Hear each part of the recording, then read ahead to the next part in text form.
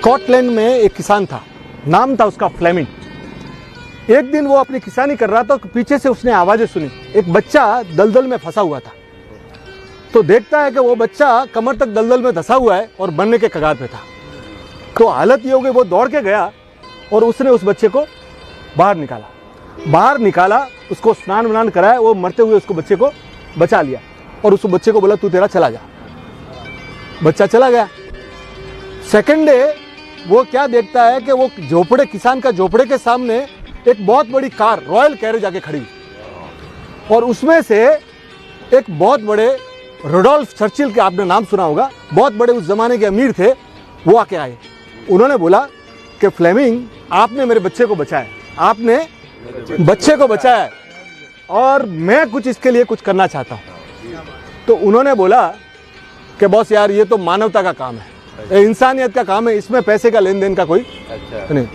बोले नहीं, कुछ तो आपको लेना पड़ेगा। वो बोला नहीं सर, आप आए, इतनी बड़ी बात है। इतने में देखता है कि झोपड़े के अंदर से एक बच्चा दौड़ते हुए आया, तो उससे रानी क्या बोला कि ये बच्चा आपका है? बोला हाँ। तो कि एक काम कीजिए, मेरा बच्चा जहां पढ़ेगा वहां आपका बच्चा भी पढ़ेगा, तो we will give them higher education.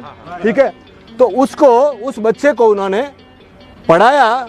उस बच्चे को सेंट मैरीज मेडिकल कॉलेज, जो लंदन का था, बेस्ट। और वो लड़का आगे जाके आप देखिए वो कौन बना मालूम है? अलेक्जेंडर फ्लेमिंग बना।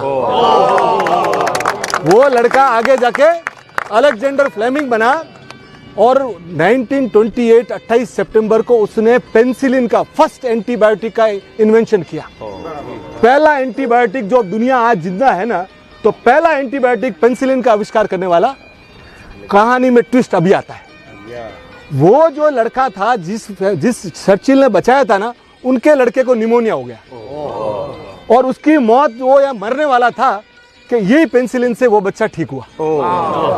और वो लड़का बाद में जाके यूके का 2 बार का प्राइम मिनिस्टर बना। उनका नाम था विंस्टन चर्चिल।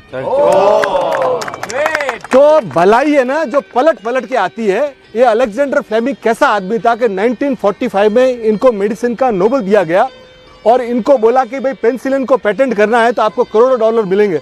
इसने बोला नहीं, फ्री ऑफ चार्ज। उसी के कारण सेकेंड वर्ल्ड वॉर में कम से कम 20 से 30 लाख सिपाही पेनिसिलिन के ठीक होने से हो गया। इसलिए जो भलाई है ना, वो पलट के आती है। तो जिंदगी में भलाई करते रहिए और जिंदगी चलाते रहिए।